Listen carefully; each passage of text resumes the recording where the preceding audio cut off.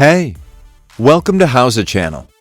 In today's tutorial, we will teach you how to change your password on a Mac. Click on the Apple icon at the top left corner of your screen. Select System Preferences. Go to Users and Groups. Select the account you want to make changes to. Click on the lock and enter the password to unlock the window. Click on Change Password. Enter your old password. Create a new password and verify it. Add the password hint if needed. Click on Change Password. Lock the settings window. That's it. Thanks for watching the video.